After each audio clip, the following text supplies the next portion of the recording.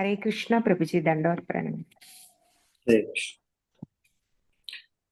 So మనము మంగళాచరణ చేసుకొని start చేద్దామంట.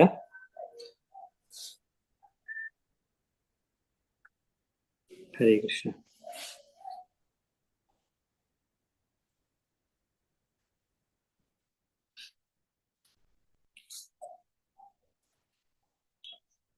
ఓం అజ్ఞానతిమిరాంధస్య జ్ఞానాంజనాశలాకయా చక్షురున్మిలితం యేన తస్మై శ్రీగురవే నమః.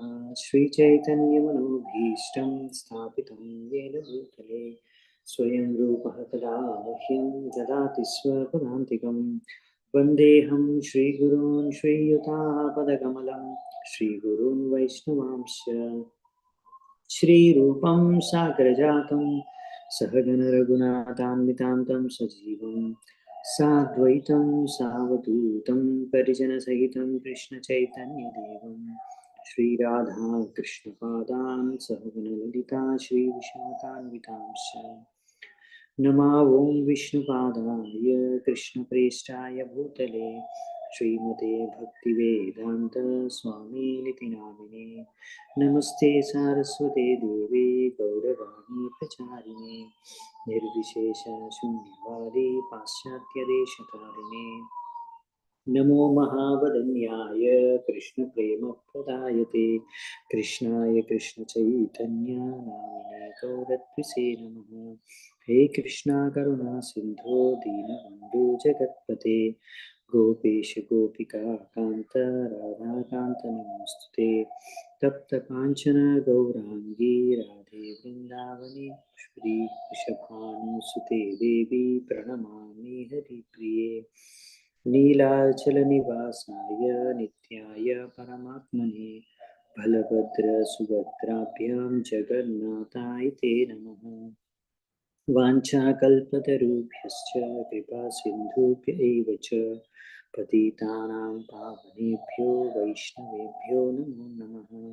जय श्री कृष्ण चैतन्य प्रभु नित्यानंद श्री अद्वैत गदाधर श्रीवासादि गौरभक्तवृंद. हरे कृष्णा कृष्ण कृष्ण हरे हरे हरे राम राम राम हरे हरे. హరే కృష్ణ. సో మనం ఈరోజు శ్రీమద్ భాగవతం 8వ స్కందం 4వ అధ్యాయం ఈరోజు మొదలు పెడదామంట. గజేంద్రుడు ఇప్పుడు తిరిగి వైకుంఠానికి వెళ్ళిపోతాడన్నమాట. సో మనకి వైకుంఠ ప్రాప్తి కలుగుతుంది గజేంద్రుడికి. అది ఎలా జరిగింది, ఇంకా అలాగే ఈ గజేంద్రుడు ఎవరు, అసలు ఎందుకు ఇలా గజేంద్రుడిగా ఆయనకి జన్మ అనేది వచ్చింది అనే విషయం కూడా ఆలోచించి, తర్వాత ఇంకొకటి ఇక్కడ ఆ మొసలి ఎవరు, పూర్వజన్మలో ఎవరు, ఎందుకు మొసలి అవ్వాల్సి వచ్చింది ఆ వ్యక్తికి, ఆ విషయాలు కూడా చూసుకుందామంటే ఈరోజు. సో మొదటి శ్లోకం నుంచి మనం మొదలు పెడుతున్నాము. శ్రీ శుక ఉవాచ తదా దేవర్షి గంధర్వా బ్రహ్మేశానా పురోగమాః ముముచుః కుసుమాసారం శంసంతః కర్మ తద్ధరే. సో శుకదేవ్ గోస్వామి ఇప్పుడు చెప్తున్నారనమాట. ఎప్పుడైతే భగవంతుడు ఈ గజేంద్రుడిని బతికించాడు, అంటే అక్కడి నుంచి మన ముసలి యొక్క నోట్లోంచి ప్రాణాలు రక్షించేశాడు.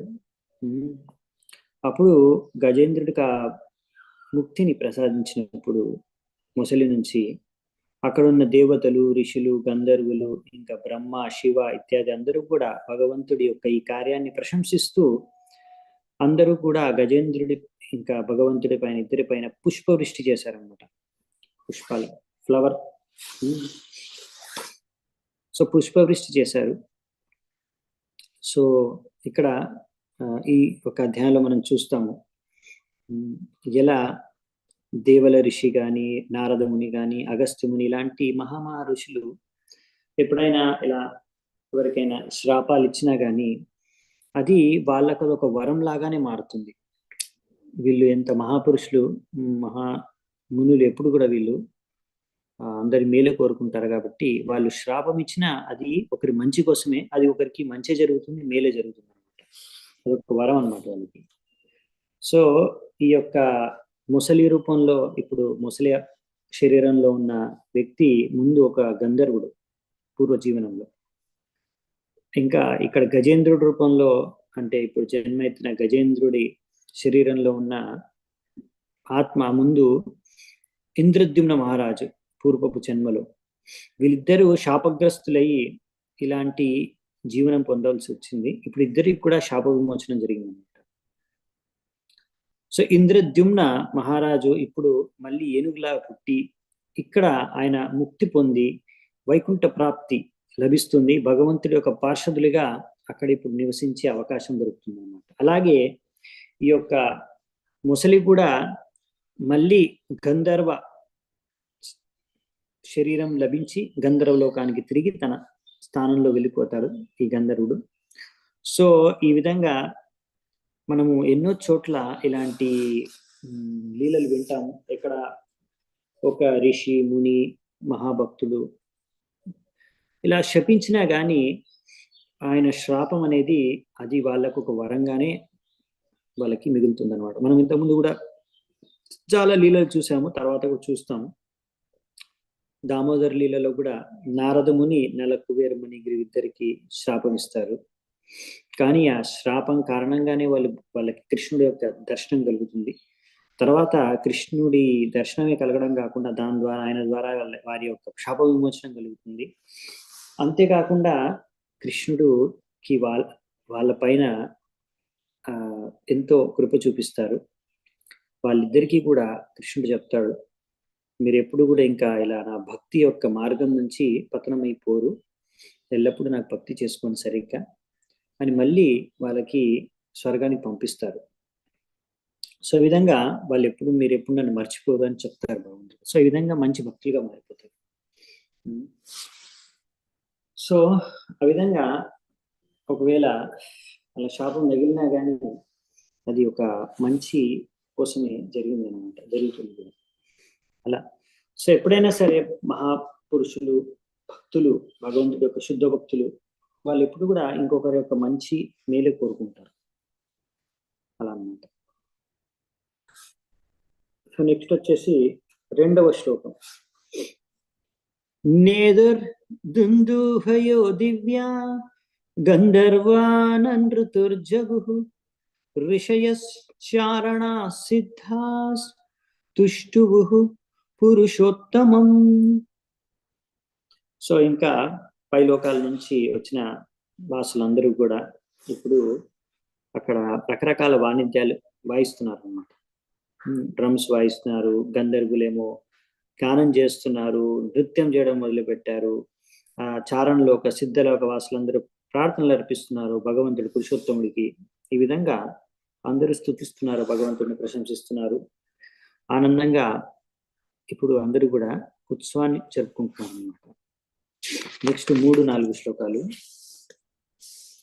యోసౌ గ్రహాః స వై సత్యః పరమాశ్చర్య రూపదృక్ ముక్తో దేవల శాపేన హుహుర్గంధర్వ సత్తమః ప్రణమ్య శిరసాధీశం ఉత్తమ శ్లోకమవ్యయం అగాయ యశోధామ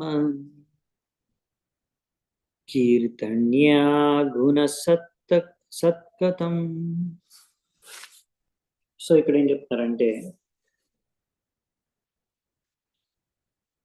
గంధర్వుల్లో శ్రేష్ఠమైన గంధర్వరాజు హుహు, ఆయన పేరు హుహు అనమాట, రాజా హుహు గంధర్వరాజు. ఆయన ఒకసారి ఆయనని దేవలముని ఈ విధంగా శపించాడు, నువ్వు మొసలి వైపు అని. సో ఈ విధంగా ఇప్పుడు భగవంతుడి ద్వారా ఆయనకి శ్రాప విమోచనం కలిగి మళ్ళీ ఆ గంధర్వుడి యొక్క అందమైన సౌందర్యమైన శరీరాన్ని ఆయనకి లభించింది తిరిగి. సో ఈ విధంగా ఆయన ఇలా భగవంతుడి యొక్క కృప, ఎవరి కృప ద్వారా అయితే అతనికి ఈ యొక్క శాప విమోచనం కలిగిందో అది అర్థం చేసుకొని వెంటనే ఆయన ప్రణామాలు అర్పించుకున్నాడు అన్నమాట శిరస్సు ఉంచి. ఈ విధంగా తర్వాత తగిన ప్రార్థనలు అర్పించుకొని ఆ భగవంతుడికి అంటే మంచి మంచి శ్లోకాల ద్వారా ఆయన్ని పూజించారనమాట ఉచ్చరించి. సో ఈ కథ గురించి అసలు ఏం జరిగింది ఎలా అనేది ఇంకా ముందు చెప్తారు ఎలాగో మనకి. సో ఇక్కడ గంధర్వుడికి కూడా శ్రాపం జరిగినా కానీ ఇప్పుడు అదొక వరంలాగా మారిపోయింది. ఎందుకంటే భగవంతుడి యొక్క దర్శన ప్రాప్తి కలిగింది కనుక. కాబట్టి ఎప్పుడైనా సరే మళ్ళీ చదివి చెప్తున్నారు ప్రభుపాల్ వారు, ఎవరైనా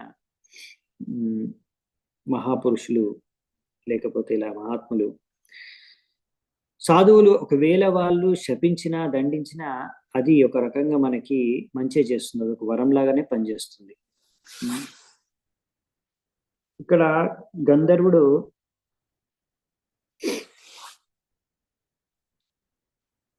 ఇలా ఆయనకి మళ్ళీ భగవంతుడి యొక్క ప్రాప్తి, భగవంతుడి యొక్క ఇలా సాన్నిధ్యం లభించడం అనేది చాలా అరుదు.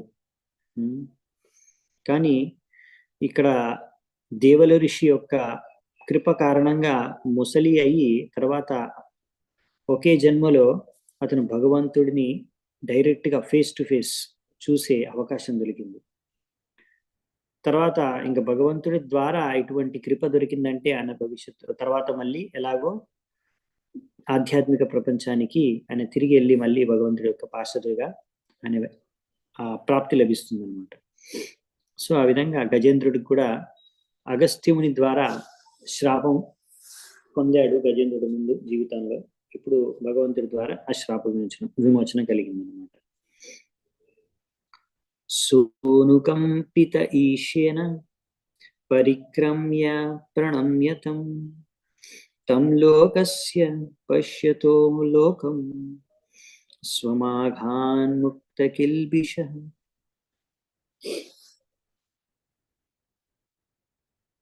సో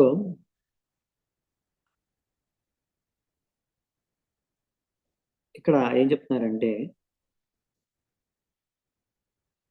ఈ విధంగా భగవంతుడి యొక్క అసీమ కృప ద్వారా మళ్ళీ వారు తిరిగి అంటే ఇక్కడ గంధర్వుడు హుహు తిరిగి ఆయనకి ఆ గంధర్వుడి యొక్క శరీరం లభించింది. సో భగవంతుడికి ఆయన ప్రదక్షిణ చేసి ప్రణామాలు అర్పించుకొని అందరి దేవతల సమక్షంలో బ్రహ్మదేవుడి సమక్షంలో తిరిగి గంధర్వ లోకానికి వెళ్ళిపోయాడు. ఈ విధంగా ఆయన చేసిన అన్ని పాపాల నుంచి ఆయనకి ముక్తి దొరికింది. అన్ని పాపాల యొక్క దాని యొక్క ఫలితాలన్నీ కూడా తొలగిపోయాయి. గజేంద్రో భగవత్ స్పర్శాత్ విముక్తో జ్ఞాన బంధనాత్ ప్రాప్తో భగవతో రూపం పీతవాశశ్చతుర్భుజః.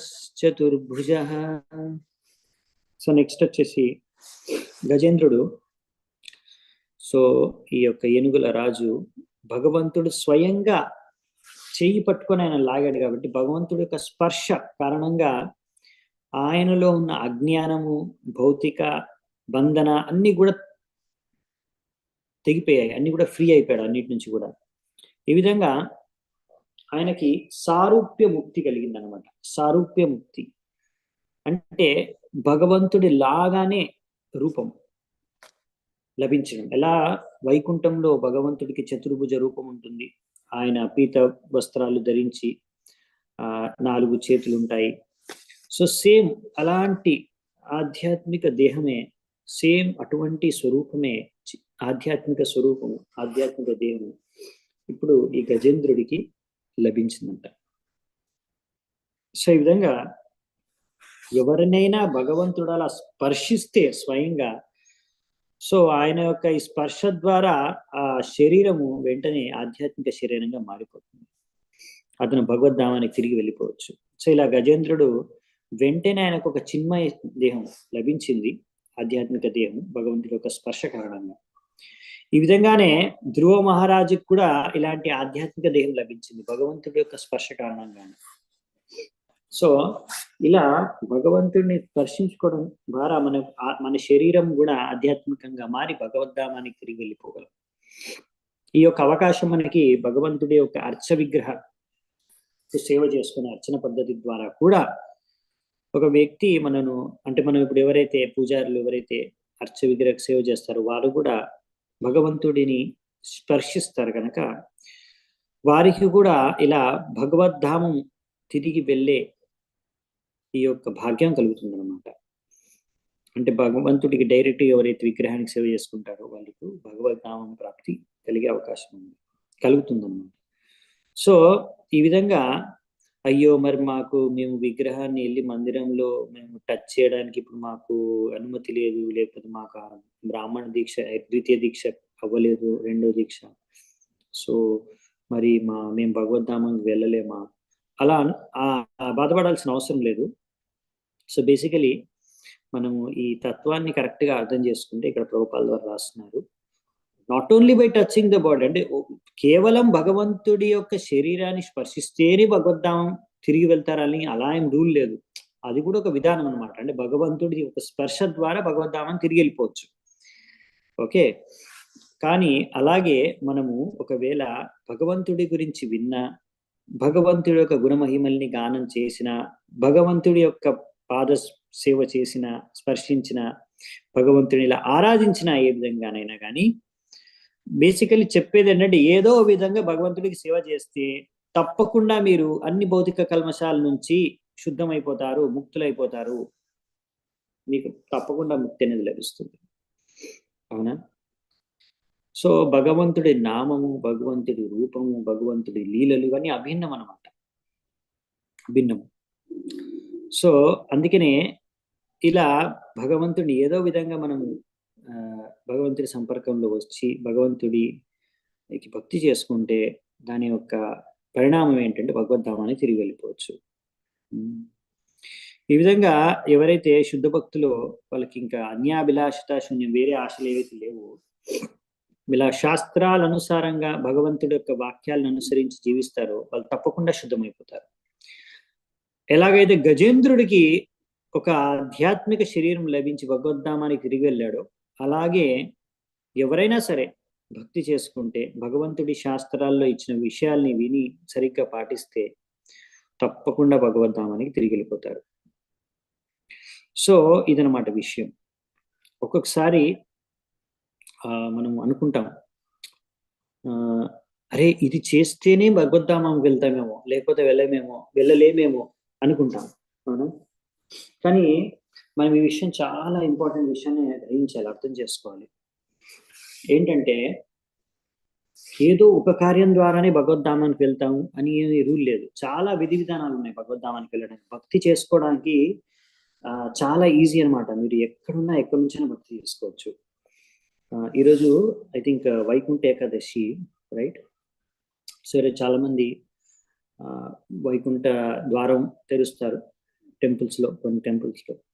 అక్కడ వెళ్ళి అక్కడ ఆ ద్వారం నుంచి వెళ్తే వైకుంఠానికి వెళ్తారు, డెఫినెట్గా వెళ్తారు.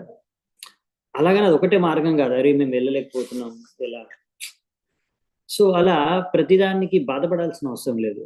ఇప్పుడు మీరు భగవద్గీత చదివినా, భాగవతం చదివినా, హరే కృష్ణ మహామంత్రం జపం చేసుకున్న ఇంట్లో కూర్చొని, సో మీరు ఓన్లీ హరే కృష్ణ మహామంత్రం జపం చేసుకుని ఇంట్లో కూడా సరిగ్గా భాగవతం చదివి కూడా, భాగవతం విని కూడా మీరు అన్ని తీర్థస్థలాలు దర్శించి, అన్ని తీర్థ నదుల్లో స్నానం చేసి, అన్ని వైకుంఠ ద్వారాల్లో వెళ్ళిన అన్ని ఫలితాలు మీకు దొరికిపోతాయి. ఈ అండర్స్టాండింగ్ క్లియర్గా ఉండాలి మనకు, అంతే. ఈ అండర్స్టాండింగ్ చాలా మందిలో క్లియర్గా ఉండదు అనమాట. వాళ్ళు అనుకుంటారే ఇది చేయట్లేదు, ఇది చేయకపోతే మనము భగవద్ధామకు వెళ్ళలేము, అందరు వెళ్తున్నారు, అందరు చేస్తున్నారు, నేను చేయట్లేదు. అలా కాదు, మనం ప్రతి పని ఏదైనా సరే భక్తి మార్గంలో అన్నిటికీ మనకి ఫలితం దొరుకుతుంది. సో అన్ని పవర్ఫుల్ అనమాట. నవవిధ భక్తి ఉంది, అందుకనే 64 అంగాలు ఉన్నాయి భక్తిలో, ఒకటే లేదు. సో ఎవ్వరికి ఏది వీలైతే అది. పాయింట్ ఏంటంటే ఇన్ని మార్గాలు ఎందుకు ఇచ్చారంటే మనకు భక్తి ప్రాసెస్ని ఈజీ చేయడానికి. ఏదో ఒక విధంగా ఎవరో ఒకరు ఏదో ఒక దాన్ని పట్టుకొని భగవద్ధామానికి తిరిగి వెళ్ళగలరని భగవంతుడు మనకి ఇన్ని చాయిసెస్, ఇన్ని ఆప్షన్స్, ఇన్ని మార్గాలు ఇచ్చారన్నమాట. కాబట్టి మనకి ఇప్పుడు ఏ మార్గం అవైలబుల్ ఉంటే ఆ మార్గం తీసుకొని ముందుకెళ్ళిపోవాలన్నమాట భక్తిలో. సో మనకు కూడా ఛాన్స్ దొరికితే ఏది చేయగలిగితే మనం ఎన్ని చేయగలిగితే అన్ని చేయొచ్చు. లేకపోతే మనకి ఎందులో ఏది చేస్తే మార్గాన్ని, ఈ నవవిధ భక్తిలో ఏది చేస్తే 64 అంగాల్లో మనకు భక్తి రసామృతంలో ఇచ్చినాయి. ఏది చేస్తే మనకు భగవంతుడి భక్తి చేసుకోవడానికి మనకు అనుకూలంగా ఉంది, ఇప్పుడు మనకి ఏది చేయగలుగుతాము మనము, ఆ విధంగా ఏది వీలవుతుందో, మనకి ఏది చేస్తే మనకు ఆనందంగా కలుగుతుందో, మనం ఆనందం చేయగలుగుతున్నాము, సో అది చేసుకుంటూ వెళ్ళిపోవాలన్నమాట. సో మనకి తప్పకుండా మీకు భగవత్ ప్రాప్తి అనేది లభిస్తుంది, భగవద్ధామానికి అనేది తిరిగి వెళ్ళొచ్చు. సో ఇక్కడ ఒక పాయింట్ చెప్తున్నారు, అందుకే ప్రభుపాల్ గారు అలా భగవంతుడు మనకి ఇప్పుడు స్పర్శించట్లేదు కదా, గజేంద్రుడికి వచ్చినట్టు నాకు వచ్చి భగవంతుడు లాగట్లేదు కదా, నన్ను ఇక్కడి నుంచి తీసుకొని వెళ్ళట్లేదు చేయి పట్టుకొని అంటే, అలా చేయి పట్టుకొని తీసుకెళ్తే ఎలాగో వెళ్తారు భగవద్ధామానికి, అలాగని చేయి పట్టుకొని తీసుకెళ్లాలని ఏం రూల్ లేదు. మీరు భగవంతుడు అర్చ విగ్రహ సేవ చేసుకొని కూడా భగవద్ధామానికి వెళ్ళొచ్చు. అలాగని అరే నేను అర్చ విగ్రహ సేవ చేసుకోవడానికి నాకు అర్హత లేదంటే భగవద్ధామానికి వెళ్ళడానికి హరే కృష్ణ మహామంత్రం జపం చేసుకొని కూడా భగవద్ధామానికి తిరిగి వెళ్ళొచ్చు. సో అందుకనే అందరికీ ఆప్షన్ ఉందన్నమాట. సో నెక్స్ట్ వచ్చేసి 7వ నంబర్ శ్లోకం. ఈ యొక్క ఫలితం ఇప్పుడు మీరు భాగవతంలో ప్రతి లీల, ప్రతి ఒక్క ఇది చదువుతాం కదా మనం ప్రతి ఒక్క లీల చదివినప్పుడు ఫలశ్రుతి ఉంటుంది లాస్ట్ లో. ఈ రోజు మనము ఈ గజేంద్ర మోక్షం ఇప్పుడు 4-5 డేస్ నుంచి ఏదైతే మనం వింటున్నామో, చదువుతున్నామో, దీని యొక్క ఫలశ్రుతి కూడా ఏదైతే ఇప్పుడు ఈ రోజు కూడా వింటున్నామో, నిన్న కూడా విన్నాము, మొన్న కూడా విన్నాము, వీటన్నిటి యొక్క ఫలితం ఏంటనేది కూడా మనకు ఈ యొక్క రోజు ఈ చాప్టర్ లోని, ఈ అధ్యాయంలోని ఎండ్లో చూస్తాం మనం. సో చేసే ప్రతి కార్యానికి, మనకు ఆధ్యాత్మిక కార్యానికి మనకు ఫలితం దొరుకుతుంది. సవై పూర్వం అభూద్ రాజా పాండ్యో ద్రవిడ సత్తమః ఇంద్రద్యుమ్న ఇతి ఖ్యాతో విష్ణువ్రత పరాయణః. సో గజేంద్రుడు ఆయన ముందు ఎవరు, ఆయన ఒక మంచి వైష్ణవుడు, ఇంకా ఒక రాజు, పాండ్య దేశానికి రాజు. దక్షిణ భారతంలో పాండ్య దేశం, ద్రవిడ దేశంలో ఆయన పాండ్య రాజ్యానికి రాజు. ఆ జన్మలో, పూర్వ జన్మలో ఆయన మంచి వైష్ణవ రాజు. సో ఆయన పేరు ఇంద్రద్యుమ్న మహారాజు. సయేక ధారాధన కాల ఆత్మవాన్ గృహీత మౌన వ్రత ఈశ్వరం హరిం జటాధరస్తాపస ఆప్లుతోచ్యుతం సమర్చయామాస కులాచలాశ్రమః. ఇంద్రద్యుమ్న మహారాజు ఆయన యొక్క వైవాహిక జీవితం, గృహస్థాశ్రమం నుంచి ఆయన ఇంకా రిటైర్మెంట్ తీసుకొని ఆయన మలయ పర్వతం దగ్గరికి వెళ్ళి అక్కడ ఒక చిన్న ఆశ్రమాన్ని, కుటీరాన్ని ఏర్పరచుకొని ఆయన అక్కడ కూర్చొని రకరకాల తపస్సులు చేయడం మొదలుపెట్టాడు. ఈ విధంగా మౌనవ్రతం కూడా పాటిస్తూ సంపూర్ణంగా భగవంతుడిని ఆరాధించుకోవడంలోనే మగ్నమైపోయాడు. ఆ విధంగా భగవంతుడిని ఆరాధించుకుంటూ, ధ్యానం చేసుకుంటూ, మౌనవ్రతం పాటించుకుంటూ, ఎన్నో తపస్సులు చేసుకుంటూ భగవంతుడి ధ్యానంలో మగ్నం అయిపోయి ఆ భగవత్ ప్రేమ యొక్క ఆనందాన్ని ఆస్వాదిస్తూ మగ్నమైపోయాడు.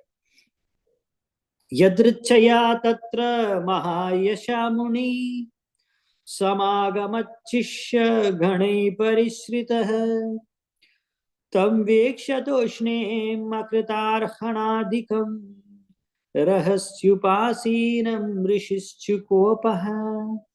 సో అలా ఇంద్రద్యుమ్న మహారాజు భగవంతుడిని ఆరాధనలో, ధ్యానంలో మగ్నమైపోయి ఉన్నప్పుడు అగస్త్య ఋషి, ఆ మహర్షి, అగస్త్య ఋషి వచ్చాడంట.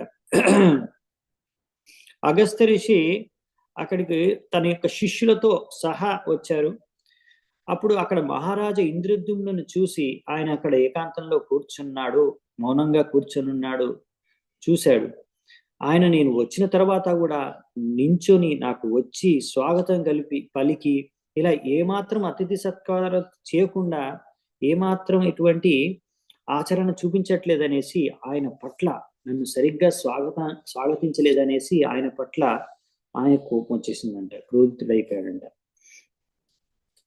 తస్మాయిమం శాపం అదాద సాధు అయం దురాత్మా కృత బుద్ధిరద్య విప్రావమంత విశతాం తమిశ్రం యథా గజః స్తబ్ద మతిస్సయేవ. ఏమని శపించాడంటే, అప్పుడు ఆయన శపించాడు. ఏమని? అగస్త్యముని అన్నాడు ఇలాంటి శాపం, ఓ రాజా ఇంద్రద్యుమ్న, నువ్వు సరిగ్గా నన్ను ఇక్కడ అతిథి సత్కారం చేయలేదు. నాకు ఒక సభ్యత సంస్కృతి లేని వ్యక్తిగా ఇలా నువ్వు ఒక బ్రాహ్మణుడిని అవమానించావు.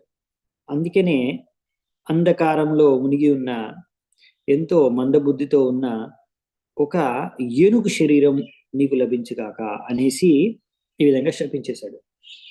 ఏనుగు అనేది చాలా శక్తివంతమైన యానిమల్, చాలా శక్తివంతమైన జంతువు అన్నమాట. భూమి మీద ఏనుగు కన్నా చాలా శక్తివంతమైన శరీరం లేదు ఇంకే ప్రాణికి కూడా.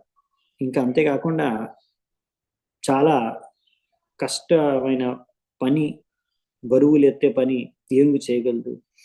ఇంకా చాలా ఆహారం కూడా తింటుంది అనమాట. సో కానీ ఈ ఏనుగు యొక్క బుద్ధి, తెలివితేటలు చాలా తక్కువ అంట. అంటే దాని శరీరంతో పోలిస్తే దాని బుద్ధి మాత్రం తక్కువ అనమాట. శరీరంతో పోలిస్తే బుద్ధి తక్కువే ఏనుగుకి. సో ఆ విధంగా ఎలా తెలుసుకోవచ్చు మనకంటే, అంత పెద్ద శరీరం ఉన్నా కానీ ఒక మనిషి ఆ ఏనుగు ముందు అసలు ఏమీ లేదు. అయ్యే మనిషి, చిన్న మనిషి ఆ ఏనుగు మీద కూర్చొని ఒక చిన్న కర్ర తీసుకొని ఏనుగుని కంట్రోల్ చేస్తాడు. ఆయన చెప్పినట్టు ఏనుగుని నడుచుకుంటూ వెళ్ళిపోతుంది. అవునా కదా? మనం చూస్తాం కదా, సర్కస్ లో కూడా ఏనుగురు ఎలా అంటే అలా ఆడిస్తారు. అలా ఏనుగు చెప్పినట్టు ఒక చిన్న వ్యక్తి పైన కూర్చొని ఒక చిన్న కర్ర తీసుకొని ఏనుగుని కంట్రోల్ చేస్తున్నాడు. అర్థం చేసుకోండి. సో అందుకనే అగస్త్యముని అనుకున్నాడు, ఇలా రాజు ఎంతో శక్తివంతమైన వ్యక్తి అయినా కానీ ఏనుగులాగా మందబుద్ధితో ఇక్కడ నన్ను సరిగ్గా స్వాగతించలేదనేసి, ఒక బ్రాహ్మణుని ఎలాగైతే స్వాగతించాలో, అతిథి సత్కారం చేయాలో అలా చేయలేదనేసి ఇలా ఏనుగు వైపు అనేసి శపించారు. ఈ విధంగా ఆయన్ని శపించినా గాని అది ఆయనకు వరంలాగానే మారింది. ఎందుకంటే ఇలా ఒక జన్మ, ఏనుగు జన్మ ఎత్తాల్సి వచ్చింది. కానీ మహారాజా ఇంద్రద్యుమ్నకి ఆయన పూర్వజన్మలో చేసిన ఎన్నో పాపాల యొక్క అన్ని ఫలితాలని కూడా ఇక్కడ ఆయన తుడిచిపోయాడు. అన్ని పాపాల నుంచి కూడా ముక్తుడైపోయాడు దీని కారణంగా. ఈ విధంగా ఈ ఏనుగు జీవితం అయిపోయిన తర్వాత వెంటనే ఆయన వైకుంఠ లోక ప్రాప్తి ఆయనకు లభించింది. భగవంతుడి యొక్క పార్షదులుగా అవ్వడానికి భగవంతుడి లాగే ఆయన లాంటి స్వరూపం లభించి వైకుంఠ ప్రాప్తి లభించింది. సో ఇది ఆయనకు ఒక విధంగా చెప్పాలంటే ఒక వరంగానే అది పనిచేసింది అనమాట. నెక్స్ట్ 11-12 శ్లోకాలు. సో శుకదేవ్ గోస్వామి మనకు చెప్తున్నారు. శ్రీ శుక ఉవాచ ఏవం శప్త్వాగతో గస్త్యో భగవాన్ నృపసానుగః ఇంద్రద్యుమ్నోపి రాజర్షి దిష్టం తద్ ఉపధారయన్ ఆపన్న కౌంజరీం యోనిం ఆత్మస్మృతి వినాశినీం హర్యర్చనానుభావేన యద్గజత్వేప్యనుస్మృతి. శుకదేవ గోస్వామి ఏమంటారంటే, హే రాజన్, అంటే ఇప్పుడు పరీక్షితుడికి చెప్తాడు, ఏ పరీక్షిత్ రాజన్, సో ఇప్పుడు ఈ అగస్త్యముని ఈ విధంగా ఇంద్రద్యుమ్న మహారాజుకు శపించిన కారణంగా, ఆ శపించిన తర్వాత ఆయన శిష్యుల్ని తీసుకుని అగస్త్యుని అక్కడి నుంచి వెళ్ళిపోయాడు. కానీ రాజు ఆయన ఒక మహాభక్తుడు, అందుకే అగస్త్యముని యొక్క శ్రాపాన్ని ఆయన స్వీకరించాడు, స్వాగతించాడు. ఎందుకంటే ఇదే భగవంతుడి ఇచ్ఛ అని అనుకొని దాన్ని గ్రహించాడు. ఆ విధంగా అందుకనే ఆయన నెక్స్ట్ తర్వాత జన్మలో ఒక ఏనుగు శరీరం లభించినా కానీ ఆయన పూర్వపు జన్మలో చేసుకున్న భక్తి కారణంగా భగవంతుడిని ఎలా ఆరాధించుకోవాలి, భగవంతుడికి ఎటువంటి ప్రార్థనలు అర్పించాలి అనే విషయాన్ని మాత్రం ఆయన మర్చిపోలేదు. చూసారా? అంటే ముందు భరత మహారాజు గురించి ఎలా ఆయనకు ఒక మిస్టేక్ చేయడం కారణంగా మళ్ళీ జింక శరీరం లభించిన అతను భగవంతుడిని మర్చిపోలేదు. మళ్ళీ 3వ జన్మ లభించిన అతను తన పూర్వజన్మల్లో చేసిన తప్పుని మర్చిపోకుండా భగవంతుడిని ఆరాధించుకుని భగవద్ధామాన్ని తిరిగి వెళ్ళాడు. సో అలాగే ఇక్కడ ఇంద్రద్యుమ్న మహారాజు కూడా మర్చిపోలేదంట. ఆయన ప్రార్థనలు ఏవైతే భగవంతుడికి చేశాడో ఆ ప్రార్థనలు ఆయనకు గుర్తున్నాయంట. సో ఇది ఒక చాలా స్పెషల్ అనమాట కేస్. ఇలా భక్తుల యొక్క స్థానం అనేది చాలా యునిక్, విచిత్రమైన, అంటే ఒక యూనిక్ అంటే స్పెషల్ అన్నమాట. ఈ విధంగా ఇప్పుడు ఇక్కడ ఇంద్రద్యుమ్న రాజుకి ఇలా శ్రాపం వచ్చినా కానీ ఇంకొక స్పెషాలిటీ ఏంటంటే ఇక్కడ ఇంద్రద్యుమ్న రాజు అలా ప్రతి ఒక్క శుద్ధ భక్తుడు ఆలోచించేదంటే ఏం జరిగినా సరే, అంటే శ్రాపం తగిలినా సరే వారు దాన్ని కరెక్ట్గా, దాన్ని భగవంతుడి యొక్క కృప, ఏదైనా సరే భగవంతుడి ఇచ్చలేనిదే ఏది జరగదు కాబట్టి దాన్ని పాజిటివ్గా తీసుకుంటారు. అసలు భాగవతం నుంచి నేర్చుకోవాల్సిన చాలా ఇంపార్టెంట్ శిక్షణల్లో మనకి ఇది ఒకటి అనమాట. ఎందుకంటే ఇక్కడ రాజుది ఏమాత్రం దోషం లేదు. అగస్త్యుని ఆయన్ని శపించి వెళ్ళిపోయాడు. ఇలా జరిగినప్పుడు రాజు మాత్రం అనుకుంటున్నాడు, నేను చేసిన నా పాపకర్మాల ఫలితంగానే నాకు ఇది జరిగింది, ఇవన్నీ కూడా నేను సహించాలి, ఇదంతా కూడా భగవంతుడి యొక్క ఇచ్ఛానుసారంగానే జరిగింది. తత్తేనుకంపా సుసమీక్షమాణ గుంజానయేవాత్మకృతం విపాకం. బ్రహ్మదేవుడి ప్రార్థనలో ఆయన చెప్తాడు ఈ విధంగా. సో ఒక భక్తుడు ఎలా ఆలోచిస్తాడు, ఆయనకి జీవితంలో ఒక విపరీతమైన పరిస్థితి ఎదుర్కొన్నప్పుడు మామూలుగా ఒక వ్యక్తి అయితే ఏమంటాడు, నా తప్పేం లేదు, నేనేం తప్పు చేశాను, నేనేం పాపం చేశాను, నాకెందుకు ఇంత శిక్ష, నాకెందుకు ఈ శ్రాపం అని ఆర్గ్యుమెంట్ చేస్తారు. మామూలుగా ఎవరైనా ఉంటే, సాధారణ వ్యక్తి అయితే ఏం చేస్తారు, ఇలా ఆర్గ్యుమెంట్ చేస్తారు, భగవంతుడే నిందిస్తారు. ఏంటి భగవంతుడు ఉన్నాడా లేడా, అసలు భగవంతుడు ఉంటే నాకు ఇలాంటి అన్యాయం ఎలా జరుగుతుంది అనేసి భగవంతుడిని ప్రశ్నిస్తారు. ఇలా ఎంతో కోపం వచ్చేస్తుంది జనాలకి. సో ఇవన్నీ జరుగుతాయి మామూలుగా ఒక నార్మల్ ఆర్డినరీ పర్సన్ అయితే. లేకపోతే ఎవరైతే ప్రాపర్గా భక్తి చేసుకోవట్లేదు వాళ్ళు కూడా ఇలా అంటారు.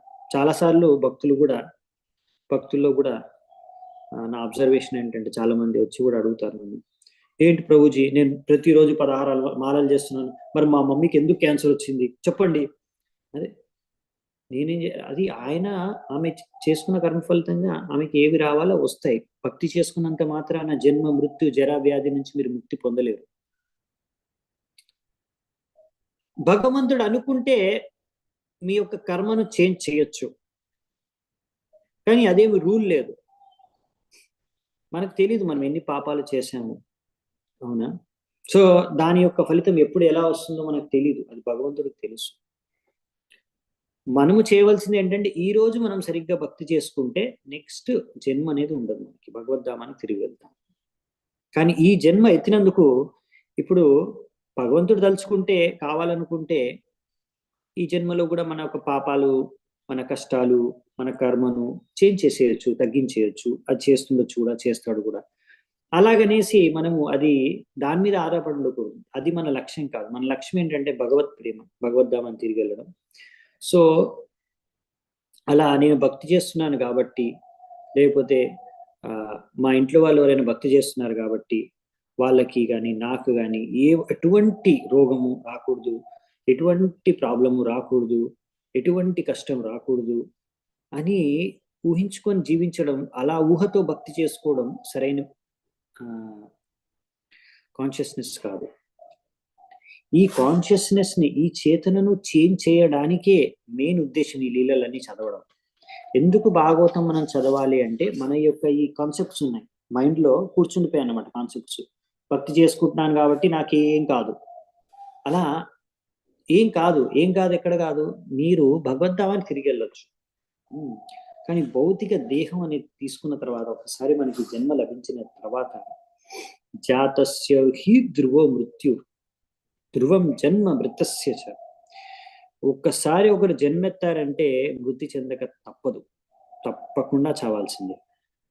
సో జన్మ మృత్యు జరా వ్యాధి ఇవి అందరికీ వస్తాయి. భక్తి చేసుకున్నంత మాత్రాన మీకు రాకుండా పోవు. సో ఇలా ఒక్కొక్కసారి మనకి ఇది ఎందుకు జరిగింది, ఇలా ఎందుకు జరిగింది, నా తప్పు లేదు, నాకు అన్యాయం జరిగింది అని ఏడ్చుకుంటూ కూర్చోకూడదు అనేసే ఈ భాగవతం చెప్పారు. ఈ భాగవతం ఒక మెయిన్ ఉద్దేశం ఏంటంటే చాలా మంది ఏడుపు ఇదే, ఇలా ఏడవకుండా కూర్చోవాలి, ఇలా ఏడవకూడదు, ఏం జరిగినా ఏడవకుండా దాన్ని ఎంతో ఆనందంగా హ్యాపీగా ఇది భగవంతుడి యొక్క కృప, ఇది భగవంతుడి అనుమతితోనే జరిగింది, ఇది భగవంతుడు కోరుకున్న విధంగానే జరుగుతుంది నా జీవితంలో అనే విషయాన్ని గ్రహించాలి. ఇంకో విషయం, మనం కావాలని తప్పులు చేయకూడదు, మనం కావాలని పాపాలు చేయకూడదు. భక్తి చేసుకుంటూ ఏం కాదులే, ఏం చేసినా నడుస్తుంది, అన్ని భగవంతుడు చూసుకుంటాడు అంటే కూడా సరిపోదు, అది కూడా అపరాధం. సో అందుకనే జాగ్రత్తగా భక్తి చేసుకోవాలి. ప్లస్ సరిగ్గా భక్తి చేసుకుంటే, ఇప్పుడు సరిగ్గా భాగవతం అర్థం చేసుకుంటే మనము ఏం జరిగినా కానీ దాన్ని కరెక్ట్ వేలో, కరెక్ట్ చేతనతో, సరైన చేతనతో దాన్ని మనం చూడగలుగుతాము. ఎటువంటి కష్టం వచ్చినా, ఎటువంటి విపరీతమైన పరిస్థితి ఎదుర్కోవాల్సి వచ్చినా దాన్ని ఎదుర్కోగలుగుతాం. దానికి సరైన చేతన మన దగ్గర ఉంటుంది. ఆ చేతననే మనకి ఇక్కడ భాగవతం ఇస్తుంది. సరిగ్గా జపం చేసుకుంటే మీకు ఆ చేతననే లభిస్తుంది. భగవంతుడికి ఏ సేవ అయినా సరే సరిగ్గా చేసుకుంటే ఆ చేతననే లభిస్తుంది. మీరు ఎన్ని తీర్థస్థలాలు దర్శించుకున్నా ఆ చేతన లభించడమే మీకు కావాల్సిన అసలైన ఫలితం, దొరకవలసిన అసలైన ఫలితం. అది అప్పుడు మీకు భక్తి చేసుకున్నారు అనే దానికి లాభం కలిగినట్టు. సో భక్తి చేసుకోవడం ఎందుకు అంటే ఈ సరైన చేతన కోసం. అందుకే మనకు ఇస్కాన్, అంతర్జాతీయ కృష్ణ భావనామృత సంఘం. సో ఈ సరైన చేతన, కృష్ణ చైతన్యం మనకి ఇవ్వడానికే మనము ఈ యొక్క ఇస్కాన్ని స్థాపించారు ప్రభుపాదుల వారు. ఈ యొక్క భాగవతం, ఈ భక్తి మార్గం అనేది ఉంది. సో సరైన చేతనతో మనం భక్తి చేసుకుంటే సరిగ్గా అన్ని విషయాలు కూడా మనం తీసుకోవచ్చు అన్నమాట. ఎందుకంటే అన్ని బాగా లైఫ్లో నడుస్తున్నప్పుడు, ఏ బాధ లేనప్పుడు, అంటే బాధలు ఉంటాయి, కాకపోతే ఏంటంటే మనం కొన్నిటికి యూజ్ టు అయిపోయినాం అనమాట. మినిమం ఇంత చిన్నప్పటి నుంచి ఈ బాధలు ఉన్నాయి కాబట్టి అవి నార్మల్ అయిపోయాయి. కానీ ఇప్పుడు కొత్తగా ఏదైనా కొత్త కష్టం వస్తే అప్పుడు దాన్ని తట్టుకోలేము. సో అందుకనే చెప్పేది ఏంటంటే ఇక్కడ అలా నార్మల్గా లీడ్ చేస్తున్నప్పుడు లైఫ్, ఇప్పుడు ఎక్స్ట్రా కష్టం లేనప్పుడు, ఏదో విపరీత పరిస్థితులు లాంటి కష్టమైన పరిస్థితులు లానప్పుడు అంత బాగానే భక్తి చేసుకుంటూ ఉంటాం, అంత బాగానే ఉంటుంది చేతన. కానీ ఎప్పుడైతే ఇలాంటి కష్టమైన పరిస్థితులు ఎదుర్కొంటామో అప్పుడు మన చేతన డౌన్ అయిపోతుంది. అప్పుడు డౌన్ అవ్వకుండా ఉండాలి చేతన. సో దానికోసం ఇప్పుడు సరిగ్గా భాగవతాన్ని అర్థం చేసుకుంటే బెస్ట్ అన్నమాట. ఇప్పుడు క్యాజువల్గా తీసుకోవాలనుకో, భాగవతం క్లాస్ని కానీ, భాగవతం చదవడం కానీ, ఏదైనా భక్తి కార్యం మీరు క్యాజువల్గా చేశారంటే ఆ సరైన చేతన మనలో డెవలప్ అవ్వదు. అప్పుడు మనకు అర్థమవుతుంది. నేను చాలా మందిని అబ్జర్వ్ చేశాను. సో మనం కూడా అబ్జర్వ్ చేసుకుంటే అప్పుడప్పుడు మనం కూడా డౌన్ అయిపోతాం భక్తిలో.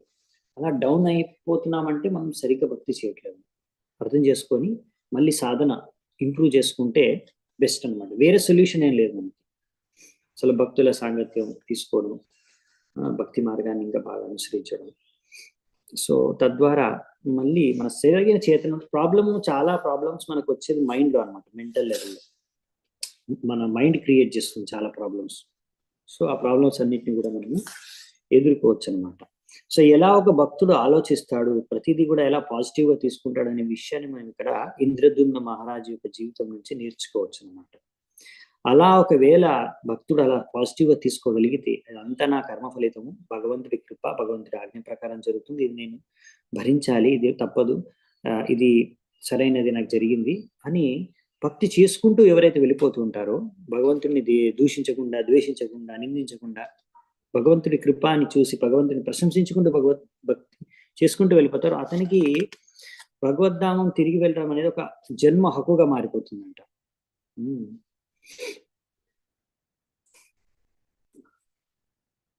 సో అందుకనే ఈ విధంగా ఇక్కడ ఉపధారయ అని రాశారన్నమాట. అంటే భక్తుడికి తెలుసు అనమాట అసలు ఏంటిది, ఏం జరుగుతుంది భౌతిక జీవితంలో అనే విషయం క్లియర్గా భక్తుడికి తెలుసు.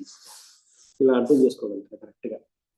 అందుకనే ఇక్కడ చెప్తున్నారన్నమాట, ప్రభుపాల్ వారు రాస్తున్నారు స్టేట్మెంట్ ఇంగ్లీష్లో. A devotee should not be disturbed by the unfortunate circumstances but must continue his regular programme depending on the lord for everything. అంటే భక్తుడు ఎప్పుడు కూడా డిస్టర్బ్ అవ్వకుండా, ఏం జరిగినా అంటే ఎంత బ్యాడ్ జరిగిన, అన్ఫార్చునేట్ దుర్భాగ్యవశాత్తు ఏం జరిగినా సరే ముందుకు వెళ్ళిపోతూనే ఉండాలి భక్తి చేసుకుంటారు. రెగ్యులర్ ప్రాసెస్ అంటే రెగ్యులర్ గా మనం చేసుకునే జపం కానీ సాధన కానీ సేవ కానీ చేసుకునే ముందు వెళ్ళిపోవాలి. నెక్స్ట్ 13వ నంబర్ శ్లోకం. ఏవం విమోక్ష గజయూత పద పమబ్జనాభస్ తేనాపి పార్షద గతిం గమితేన యుక్తః గంధర్వ సిద్ధ విబుధైరుపగీయమాన కర్మాద్భుతం స్వభగవన్ సర్భవనం గరుడాసనోగత్. గరుడాసనోగాత్. ఇప్పుడు ఆ విధంగా ఈ యొక్క గజరాజు అది గజేంద్రుడు ఇక్కడ మొసలి యొక్క బారి నుంచి రక్షించిన తర్వాత భౌతిక జగత్తు నుంచి కూడా ఆయనకి ముక్తిని ప్రసాదించి, ఈ భౌతిక జగత్తు కూడా ఒక మొసలితో ఇక్కడ పోలుస్తారు అన్నమాట. మనను కూడా ఈ భౌతిక జగత్తు మాయ ఆ మొసలిలాగా మనం పట్టుకుంది. సో దాని నుంచి భగవంతుడు మనకు ముక్తినిస్తున్నాడు, ఎలాగైతే ఇక్కడ గజేంద్రుడికి ఇచ్చాడు. ఈ విధంగా భగవంతుడు గజేంద్రుడికి సారూప్య ముక్తిని ప్రసాదించాడు. అందరి గంధర్వుల యొక్క సమక్షంలో, సిద్ధ చారణులు ఇక మిగతా దేవతల యొక్క సమక్షంలో వాళ్ళందరూ భగవంతుడిని అలా ప్రశంసిస్తున్నప్పుడే భగవంతుడు గరుత్మంతుడి పైన కూర్చొని ఉన్నాడు. అవునా? అలా ఆయనకి స్వారూప్యముక్తినిచ్చి ఆయన తిరిగి గజేంద్రుడిని తీసుకొని ఆయనతో పాటు ఆయన యొక్క వైకుంఠ లోకానికి వెళ్ళిపోయాడట. గజేంద్రుడిని తీసుకొని వెళ్ళిపోయాడు వైకుంఠ లోకం స్వయంగా భగవంతుడు. అలాంటి అదృష్టం అందరికీ దొరకదు, భగవంతుడు స్వయంగా వచ్చి వైకుంఠ లోకానికి తీసుకెళ్ళిపోవడం. మామూలుగా భక్తులకు కూడా వైకుంఠం నుంచి విమానం వస్తుంది, కొంతమంది వైకుంఠ వాసులు వచ్చి భగవంతుడి పార్షదులు వచ్చి భగవంతుడి దగ్గరికి వైకుంఠాన్ని తీసుకెళ్తారు. కానీ గజేంద్రుడు చాలా స్పెషల్ ముక్తి లభించింది, భగవంతుడు స్వయంగా గజేంద్రుడిని తీసుకెళ్ళిపోయాడు. మరి అలా స్పెషల్ మర్సి కావాలంటే కొంచెం ఏదో ఒక స్పెషల్ ఇట్లాంటి లీల, దానికి ఏదో ఒక కొంచెం స్పెషల్ కష్టం కూడా ఎత్తాల్సి వస్తుంది. అందుకనే ఇక్కడ విమోక్షయ అని చెప్పారు.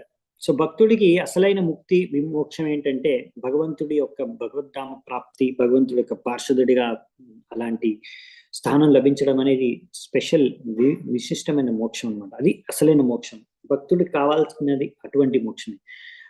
ఎలాగైతే మాయావాదులు అనుకుంటారో ఆ బ్రహ్మజ్యోతిలో విలీనం అయిపోయే ముక్తి అసలు మనకు అది భక్తులకు ఎవరికి కూడా అది కోరుకోరు అటువంటి ముక్తిని. నెక్స్ట్ మనం చూద్దాం 14వ నంబర్ శ్లోకము. ఏతన్మహారాజ తవేరితో మయా కృష్ణానుభావో గజరాజ మోక్షణం స్వర్గ్యం యశస్యం కలికల్మషాపహం దుస్వప్ననాశం కురువర్య శృణ్వతా. నెక్స్ట్ ఇప్పుడు చూడండి, చాలా మంచి పాయింట్ చెప్తున్నారు ఇక్కడ. సుఖదేవ్ గోస్వామి పరీక్షిత్ మహారాజుకి, ఏ రాజా పరీక్షిత్, ఇప్పటి వరకు నేను నీకు ఈ అద్భుతమైన శక్తి, కృష్ణుడి యొక్క శక్తి ఎలా ఇక్కడ ప్రదర్శించాడో, గజరాజు అయిన ఈ గజేంద్రుడిని రక్షించడానికి భగవంతుడు నీకు ఇక్కడ వర్ణించాను. ఓ కురుశ్రేష్ఠ, ఎవరైనా సరే ఈ యొక్క లీలను ఎవరైతే విన్నారో వాళ్ళందరూ కూడా పైలోకాలకు వెళ్ళడానికి అర్హులు. ఈ యొక్క వృత్తాంతం గజేంద్ర మోక్షం విన్నవాళ్ళు తప్పకుండా ఒక మంచి భక్తులుగా ఖ్యాతి పొందుతారు. అలాగే కలియుగ యొక్క కల్మషాల నుంచి వాళ్ళు ముక్తులవుతారు. కలియుగం యొక్క కల్మషాలు వాళ్ళని స్పర్శించలేవు. అలాగే దుస్వప్న అంటే ఒక్కొక్కసారి స్వప్నాలు అంటే కళలు కన్నప్పుడు అందులో బ్యాడ్ డ్రీమ్స్ అన్నమాట, దుస్వప్నాలు వస్తాయి. అంటే చాలా చెడు కళలు, భయంకరమైన కళలు, అలాంటి కళల నుంచి కూడా మనకు ముక్తి లభిస్తుందండి. ఒకవేళ అలాంటి కళలు వస్తే ఈ యొక్క గజేంద్ర మోక్షం చదవడం వల్ల, వినడం ద్వారా అలాంటి దుస్వప్నాల నుంచి కూడా మీకు ముక్తి లభిస్తుంది. కలియుగ యొక్క కల్మషాలు కూడా మనల్ని స్పర్శించవు. ఈ విధంగా మంచి భక్తులుగా కూడా మనం మారుతాము, ప్లస్ పైలోకాలు కూడా వెళ్ళిపోతాము. ఇవన్నీ ఇక్కడ ఫలశ్రుతి అనమాట. ఈ యొక్క వృత్తాంతం గజేంద్ర మోక్షం అనే లీలను ఒకవేళ మనం వింటే, చదివితే తద్వారా మనకు లభించే ఫల శృతి. ఓకే, ఇప్పుడు మనం ఎండింగ్కి వస్తున్నాం మనం గజేంద్ర మోక్షం అనే ఈ యొక్క లీలలో. యతాను కీర్తయంత్యేతత్ శ్రేయస్కామ ద్విజాతయః శుచయః ప్రాతురుత్థాయ దుస్వప్నాద్యుపశాంతయే. అందుకనే మనము ఇలా ఎప్పుడైతే పొద్దున లెగుస్తామో నిద్ర నుంచి, ఒకవేళ ఈ విధంగా మనకు ఇలాంటి మేలు జరగాలి, పైన చెప్పిన ఫలితం దొరకాలి అంటే ముఖ్యంగా ఇక్కడ బ్రాహ్మణులు, క్షత్రులు, వైశ్యులు, ఇంకా ముఖ్యంగా బ్రాహ్మణ వైష్ణవులు గురించి చెప్తున్నారు. వాళ్ళందరూ కూడా ఇలాంటి ఈ గజేంద్ర మోక్షాన్ని పఠించాలి. తద్వారా దుస్వప్నాన్ని మనము ఎదుర్కోవచ్చు. దుస్వప్నం ద్వారా వచ్చే సమస్యల్ని మనం ఎదుర్కోవచ్చు. దుస్వప్నాది ఉపశాంతయ్య, మనకు ఉపశాంతి కావాలి, దుస్వప్నాల నుంచి బ్యాడ్ డ్రీమ్స్ రాకుండా ఉండాలి, దుస్వప్నాలు రాకుండా ఉండాలి అంటే ఇది మనం పొద్దున్న లేచిన తర్వాత గజేంద్ర మోక్షం అనే ఈ లీలను మనము పఠిస్తే సరిపోతుంది. సో ఈ విధంగా ఇక్కడ ప్రతి శ్లోకము, ప్రతి యొక్క శబ్దము ఈ భాగవతం, భగవద్గీత అనే గ్రంథాల్లో ఏవైతే ఉన్నాయో ఇవన్నీ వేదిక మంత్రాలు. సో ఇక్కడ అందుకే ఇలా చెప్పారన్నమాట, యథాను కీర్తయంతి అంటే ఈ గ్రంథం ఏదైతే ఉందో ఎలా ఇక్కడ మనం చదువుతున్నామో అలాగే వర్ణించాలి మనం. సో ఈ విధంగానే మనం ఇంకొకరికి కూడా ఇలాగే చెప్పాలి, యాజ్ ఇట్ ఈస్గా. దీని యొక్క అసలైన ఉద్దేశం నుంచి వేరే ఉద్దేశానికి వెళ్ళి చెప్పకూడదు మనం.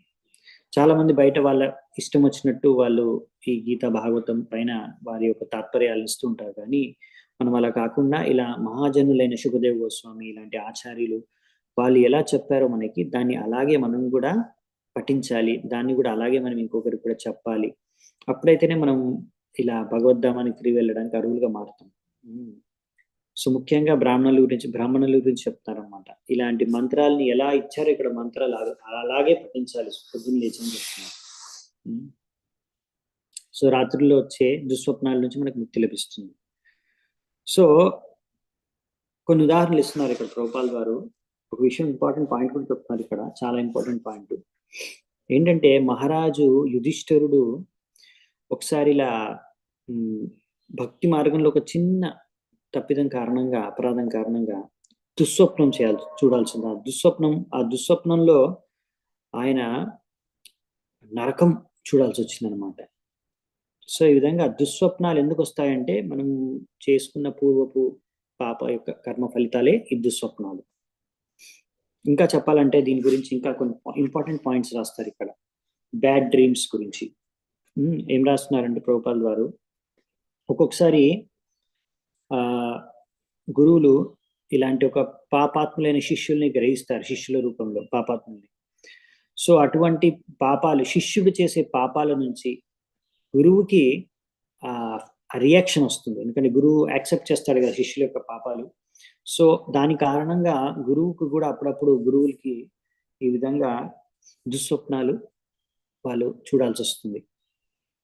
కానీ ఇలాంటి యొక్క వాళ్ళు దుస్వప్నాలు చూడాల్సిన అది ఎవరికి అవసరం, ఎవరు దుస్వప్నాలు రావాలని కోరుకోరు. అయినా కానీ అది ఎవరికి ఇష్టం లేదు. అయినా కానీ ఇక్కడ మన గురువులు సో ఎంత దయామయులు అంటే, ఇలాంటి దుస్వప్నాలు ఆ యొక్క శిష్యులను గ్రహించడం కారణంగా వచ్చినా కానీ వాళ్ళు ఆ యొక్క కష్టాన్ని వాళ్ళు స్వీకరించి, ఎందుకంటే ఈ విధంగా కలియుగం నుంచి ఈ యొక్క వ్యక్తుల్ని, బద్ధజీవులను ఉద్ధరించాలంటే ఆ కష్టాన్ని వాళ్ళు స్వీకరిస్తారన్నమాట, గ్రహిస్తారు.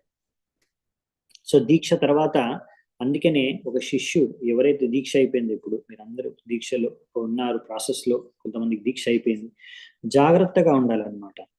ఎప్పుడు కూడా ఈ 4 పాపకార్యాలు ఉన్నాయి కదా, 4 రెగ్యులేటివ్ ప్రిన్సిపల్స్, 4 నియమాలు ఎప్పుడు కూడా అవి పాటించాలి. లేకపోతే అవి పాపాలు చేస్తాం. పాపాలు చేయకుండా ఉండడానికి ప్రయత్నించాలి, పాపకార్యాలు చేయకుండా ఉండాలి, అపరాధాలు చేయకుండా. అప్పుడు లేకపోతే మనము పాపాలు చేస్తే మన గురువులు దాని యొక్క ఫలితాన్ని అనుభవించాల్సి వస్తుంది, కష్టం అనుభవించాల్సి వస్తుంది. అందుకనే ఎప్పుడైనా సరే మనము భగవంతుడి యొక్క విగ్రహం ముందు, అగ్ని ముందు, గురువు ముందు, వైష్ణవుల ముందు మనం అందుకనే పాపాలు చెయ్యము అనేసి మనము దీక్ష సమయంలో వ్రతం అంటే శపథం తీసుకుంటాం. అందుకనే ఎప్పుడు కూడా మళ్ళీ అలా పాపాలు చేయకూడదు. చేస్తే మళ్ళీ ఇలాంటి కష్టమైన పరిస్థితుల్ని సృష్టించిన వాళ్ళం అవుతాం మనం వాళ్ళకి. సో అందుకనే జాగ్రత్తగా ఉండాలి. ఎవరైతే దీక్ష తీసుకున్నారో, తీసుకోవాలనుకుంటున్నారో అందరూ కూడా పాపాలు చేయకుండా, ఎందుకంటే చాలా మందికి చాలా మంది నేను చూసాను, ఇప్పుడు నా దీక్ష అయిపోయింది, నా పాపాలన్నీ తొలగిపోయాయి, నా దీక్ష సమయంలోనే నా పాపాలన్నీ మా గురువు గారు తీసేసుకున్నారు, ఇప్పుడు నేను ఏం చేసినా పర్వాలేదు, ఏం చేసినా అంతా గురువు గారు చూసుకుంటారు. ఆయన చాలా శక్తివంతమైన వ్యక్తి మా గురువు, ఆయన అన్ని పాపాలు నావన్నీ తీసేసుకుంటారు. సో ఆయన నన్ను ఉద్ధరించేస్తాడు, నా దీక్ష ఇచ్చేసాడు కాబట్టి నన్ను భగవద్ధామం తీసుకెళ్లే బాధ్యత ఆయన తీసేసుకున్నాడు. ఇంకా ఇప్పుడు నేను ఎలా ఉన్నా, ఎలా ఏం చేసినా అంతా నడుస్తుంది అని అనుకుంటారు. మూర్ఖంగా దీక్ష అయిపోగానే నేనేదో సాధించేశాను, ఇప్పుడు నేను చాలా పెద్దోడిని అయిపోయాను, చాలా చాలా గొప్పోడిని అయిపోయాను, నేను చాలా గ్రేట్, ఇంకా నేను మహాభక్తుడిని, ఇంకా నేను భగవద్ధామం తిరిగి వెళ్ళిపోయాను, జస్ట్ ఇంకా కొన్ని రోజులు అంతే, ఎలాగ గడిపేసినా నడిచిపోతుంది అనుకుంటారు. కానీ చాలా తప్పు అది. దీక్ష అనేది జస్ట్ స్టార్టింగ్, కమిట్మెంట్ స్టార్ట్ అయింది అంతే. దీక్ష తీసుకున్న తర్వాత మీరు ఇంకా చాలా సీరియస్గా అన్ని ఫాలో అవ్వాలి, ఇంకా చాలా నమ్రత భావనతో ఉండాలి, పొగురు అహంకారం అనేది రాకూడదు. కొంతమందిలో చూసాను నేను, దీక్ష అయిపోయిన తర్వాత బిహేవియర్ మొత్తం చేంజ్ అయిపోతుంది. దీక్షకు ముందు చాలా సేవాభావము, నమ్రత భావనతో అందరితో బాగా వ్యవహరించి, ఆచరణ అన్ని కూడా బాగా ఉంటాయి అన్నమాట. ఒక్కసారి దీక్ష అయిపోగానే ఇంకా వాళ్ళు ఏదో ఇంకా అయిపోయింది, ఇంకా ఎన్ని రోజుల కష్టం యొక్క ఫలితం మనకు దొరికింది, ఇంకా ఏం చేయాల్సిన అవసరం లేదు. మనం మాలలు చేసినా పర్వాలేదు, చేయకున్నా పర్వాలేదు, సాధన చేసినా పర్వాలేదు, చేయకున్నా పర్వాలేదు, ఇష్టం వచ్చినప్పుడు మందిరానికి వెళ్ళొచ్చు, ఇష్టం వచ్చినప్పుడు సేవ చేసుకోవచ్చు, మూడు ఉంటే చేయొచ్చు, లేకపోతే లేదు, అన్ని భగవంతుడు చూసుకుంటాడు. ఇప్పుడు మనకు దీక్ష అయిపోయింది కదా, ఎలాగో మనం భగవద్ధామానికి వెళ్ళిపోయేది, ఇప్పుడు అంతగా సీరియస్గా ఫాలో అవ్వాల్సిన అవసరం లేదు అనేసి చాలా నిర్లక్ష్యంగా అయిపోతారు అన్నమాట భక్తులు కొంతమంది. సో అందుకని ప్రభుపాల్ వారు అంటారు, దీక్ష ఇచ్చిన తర్వాత కూడా ఎవరైనా సరిగ్గా 4 నియమాలు పాటించకపోతే, 16 మాలలు జపం చేయకపోతే, ప్రభుపాల్ వారు అంటారు, వారిని నేను శిష్యులుగా స్వీకరించట్లేదు, భగవద్ధామానికి వాళ్ళు తిరిగి వెళ్ళరు. సో దీక్ష దొరికిందంటే నేను భగవద్ధామానికి తిరిగి వెళ్ళిపోతానని గ్యారంటీ ఏం లేదు, మనం సరిగ్గా పాటించాలి. లేకపోతే ప్రభుపాల్ వారు గ్యారంటీ తీసుకోవట్లేదు. ప్రభుపాల్ వారు గ్యారంటీ తీసుకోకపోతే ఏంటి, మా గురువు గారు గ్యారంటీ తీసుకున్నారు. మీ గురువు గారు ఎవరైనా సరే ఇస్కాన్లో అందరూ కూడా ప్రభుపాద్ వారికే మిమ్మల్ని కనెక్ట్ చేస్తారనమాట. సో అల్టిమేట్లీగా మీరు ఎవరైతే ఫాలో అవ్వట్లేదో, సో ప్రభుపాద్ వారే ఫైనల్గా భగవద్ధామానికి పరంపర ద్వారా వెళ్తాం మనం భగవంతుడి దగ్గరికి, భగవద్ధామానికి కూడా. సో ఏ గురువైనా పరంపరని బైపాస్ చేసి డైరెక్ట్ భగవంతుడి దగ్గరికి, భగవద్ధామాన్ని మనం తీసుకెళ్ళలేరు. కాబట్టి ముఖ్యంగా ఇస్కాన్లో ఎవరైతే ఉన్నారో మనం ఈ పరంపరలో ఉన్నాం కాబట్టి, సో అందుకనే మనము ప్రభుపాల్ వారు చెప్పిన ఏవైతే వాక్యాలు ఉన్నాయో అవిటినే ఇస్కాన్లో ఎంతమంది గురువులు ఉన్నా అందరూ అనుసరిస్తారు, అవే ప్రచారం చేస్తారు, దాని ప్రకారమే నడుచుకుంటారు. సో ఇంకా భవిష్యత్తులో ఎన్ని తరాల భక్తులు వచ్చినా సరే వాళ్ళందరికీ కూడా శిల ప్రభుపాల్ వారు చెప్పిన వాక్యాలే అవే ఫైనల్ అన్నమాట. ఓకే, సో ఇక్కడ మనకి అందుకే విషయాలు చెప్తున్నారు, జాగ్రత్తగా ఉండాలి. ఓకే, సో మీకు ఒకవేళ అలాంటి కళలు వచ్చినా, చెడు కళలు వచ్చినా, పాడు కళలు వచ్చినా, మీరు భక్తిలో ఈ యొక్క గజేంద్ర మోక్షం ప్రార్థనలు చదివినా విన్నా దాని నుంచి ముక్తి పొందవచ్చు. అలాగే మనం జాగ్రత్తగా ఉండాలి, మన వల్ల ఎటువంటి కష్టం మన గురువులు ఎదుర్కోకుండా ఉండడానికి మనం జాగ్రత్తగా ఏ పాపాలు అపరాధాలు చేయకుండా భక్తి చేసుకోవడానికి ప్రయత్నించాలి. అదనమాట ఇక్కడ నేను నేర్చుకోవాల్సిన విషయం. నెక్స్ట్ 16వ నంబర్ శ్లోకం. ఇదం ఆహా హరి ప్రీతో గజేంద్రం కురు సత్తమా శృణ్వతాం సర్వభూతానాం సర్వభూతమయో విభుః. సో నెక్స్ట్ ఇక్కడ ఏం చెప్తున్నారంటే, ఓ కురుశ్రేష్ఠ అంటే పరీక్షితుడిని అంటున్నారు, భగవంతుడు పరమాత్మ రూపంలో ప్రత్యేక హృదయంలో ఉంటారు. ఆ విధంగా ఆయన ఈ గజేంద్రుడి పట్ల ఎంతో ప్రసన్నుడై ఇలా అందరి సమక్షంలోనే గజేంద్రుడికి ఇలా అన్నాడు, ఇలాంటి వరం ఇచ్చాడు, ఇలాంటి ఆశీర్వాదం ఇచ్చాడు, ఆశీర్వాదం, బ్లెస్సింగ్స్. సో ఇక్కడ ఏం ఆశీర్వాదం ఇచ్చాడు అందరి ముందు గజేంద్రుడికి భగవంతుడు?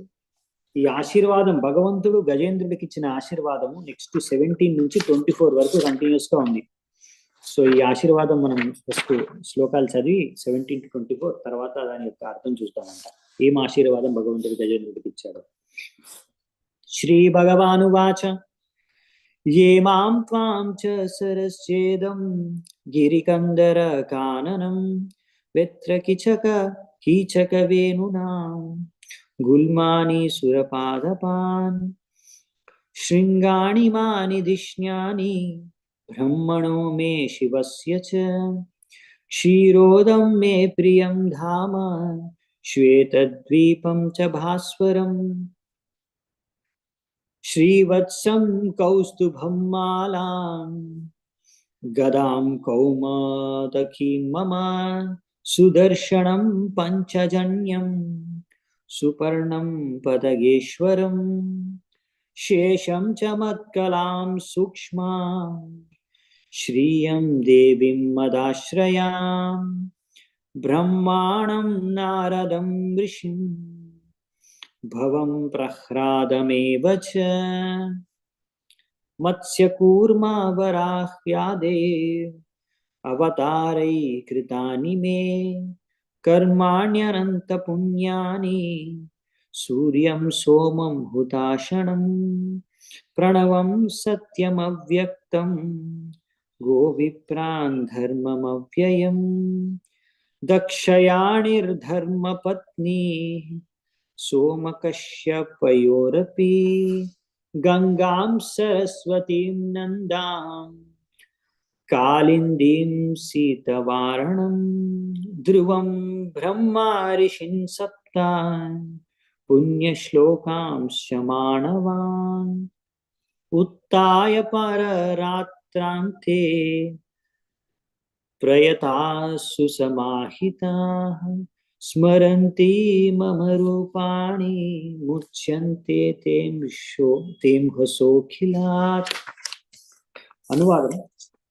భగవంతుడు ఏం చెప్పాడంటే, అంటే ఏం ఆశీర్వాదం ఇచ్చాడంటే గజేంద్రుడికి, freed from all sinful reactions are those who rise from the bed at the end of night, early in the morning, and fully concentrate their minds with great attention of mind. So ఆయన ఏం చెప్తున్నారంటే, ఎవరైతే పొద్దున్న లేవగానే అన్ని రకాల పాపాల నుంచి ముక్తులైపోతారంట. ఎప్పుడైతే వాళ్ళు పొద్దున్న లేవగానే వాళ్ళ యొక్క మనస్సుని దేనిపైన ధ్యానం చేస్తే, నా రూపం పైన, నీ రూపం పైన, ఈ యొక్క జలాశయం పైన, ఈ యొక్క పర్వతం పైన, ఈ యొక్క గుహ పైన, ఈ యొక్క వనం పైన, ఇక్కడ ఉన్న వృక్షాలు, చెట్లు, ఇంకా రకరకాల నివాస స్థలాలు, అలా నా నివాస స్థలాలు, బ్రహ్మ యొక్క నివాస స్థలాలు, శివుడిది త్రికూట పర్వతం, ఇలా ఈ త్రికూట పర్వతం ఏదైతే గోల్డ్, సిల్వర్, ఐరన్ తో తయారైందో దీనిపైన ధ్యానం చేసి, ఈ విధంగా ఇటువంటి ఇక్కడ ఉన్న నా యొక్క ధామమైన పాలసముద్రం దగ్గర, అలాగే శ్వేతద్వీపం, ఈ విధంగా నా శ్రీవత్స చిహ్నం పైన, కౌస్తుభ మణి పైన, వైజయంతి మాల పైన, నా యొక్క కౌముదకి అనే గద పైన, నా సుదర్శన చక్రం పైన, పంచజన్యం శంఖం పైన, అలాగే నా యొక్క గరుడు, ఎవరైతే గరుడ రాజ, పక్షి రాజ గరుడు, ఆయన పైన, గరుడ దేవుడి పైన, నా యొక్క నేను శయనించే అనంతశేష నాగు పైన, ఆ విధంగానే లక్ష్మీదేవి పైన, బ్రహ్మ, నారదుని, శివుడు, ప్రహ్లాదుడు, ఇలా అంతకాకుండా నా యొక్క అవతారాలు మత్స్య, కూర్మ, వరహ, ఇలా ఇవన్నిటి పైన ధ్యానం చేయడం ద్వారా ఇవన్నిటి గురించి, ఈ అనంత లీలల గురించి, వీటి యొక్క గొప్పతనం గురించి వినడం ద్వారా చంద్రుడు, సూర్యుడు, అగ్ని, ఓంకార మంత్రం, పరమసత్యం, ఈ మొత్తం బహిరంగ శక్తి, ఆవులు, బ్రాహ్మణులు, భక్తి, ఇంకా సోమకశ్యపుల యొక్క భార్యలు, వారి యొక్క పుత్రులు, దక్ష, ఇంకా నదులు, గంగా, సరస్వతి, నంద, యమున, అలాగే ఐరావత, ఏనుగు, ధ్రువ మహారాజు, ఇంకా సప్తర్షులు, ఇంకా పుణ్యాత్ములైన వ్యక్తుల గురించి వినడం ద్వారా, ఇవన్నీ ద్వారా ఇక్కడ అనంతమైన శుభం కలుగుతుంది. ఇంకా మనకి ఎంతో ఇక్కడ ఆధ్యాత్మిక పుణ్యం కలుగుతుంది, అన్ని పాపాల నుంచి ముక్తులం అయిపోతాము. సో ఇన్ని లాభాలు ఉన్నాయన్నమాట. సో ఇక్కడ ఇచ్చిన డిస్క్రిప్షన్ ఇచ్చారు కదా స్టార్టింగ్ లో, అక్కడ ఈ త్రికూట పర్వతం యొక్క సౌందర్యం వర్ణన అంతా ఇవన్నిటిపైన ధ్యానం చేయడం ద్వారా, ఇవన్నీ వింటుంటే కూడా, అరే త్రికూట పర్వతం నుంచి దాని గురించి వింటుంటే కూడా మనకి ఇక్కడ మనకంత శుభం జరుగుతుంది, అన్ని పాపాల నుంచి మనం ముక్తి పొందుతాం. సో బేసికల్లీ ఇక్కడ ఈ మొత్తం లీల ఎవరైనా శ్రవణం చేస్తే, ధ్యానం చేస్తే, పఠిస్తే, వాళ్ళ మనస్సుని దానిపైన కేంద్రీకరిస్తే ఎంతో లాభం కలుగుతుంది అందరికీ. సో నీ గజేంద్ర మోక్షం ఈ లీల గురించి తెలుసుకున్న వాళ్ళు, ధ్యానం చేసిన వాళ్ళందరికీ కూడా లాభం జరుగుతుందని చెప్తున్నారు. ఏమాం స్తువంత్యనేనాంగ ప్రతిబుద్ధ్యాని శాత్యయే తేషాం ప్రణాత్యయే చాహం దదామి విపులాం గతిం. ఓ నా ప్రియమైన భక్తుడా, ఎవరైనా సరే నిద్ర లేచిన తర్వాత, రాత్రి అయిపోయిన తర్వాత, ప్రొద్దున్నే నిద్ర లేచిన తర్వాత నాకు ఈ గజేంద్ర ప్రార్థనలు, నువ్వు అర్పించిన ప్రార్థనలు నాకు అర్పిస్తే అతనికి నేను భగవత్ ధామం ప్రాప్తి, ఈ యొక్క జీవితం ముగిసిన తర్వాత వాళ్ళు తప్పకుండా భగవద్ధామం యొక్క ప్రాప్తి, అక్కడ నివాసం వాళ్ళకి లభిస్తుంది. చూసారా, ఈ గజేంద్ర మోక్షం ప్రార్థనలు చదవడం ద్వారా భగవద్ధామానికి తిరిగి మనం వెళ్ళిపోవచ్చు.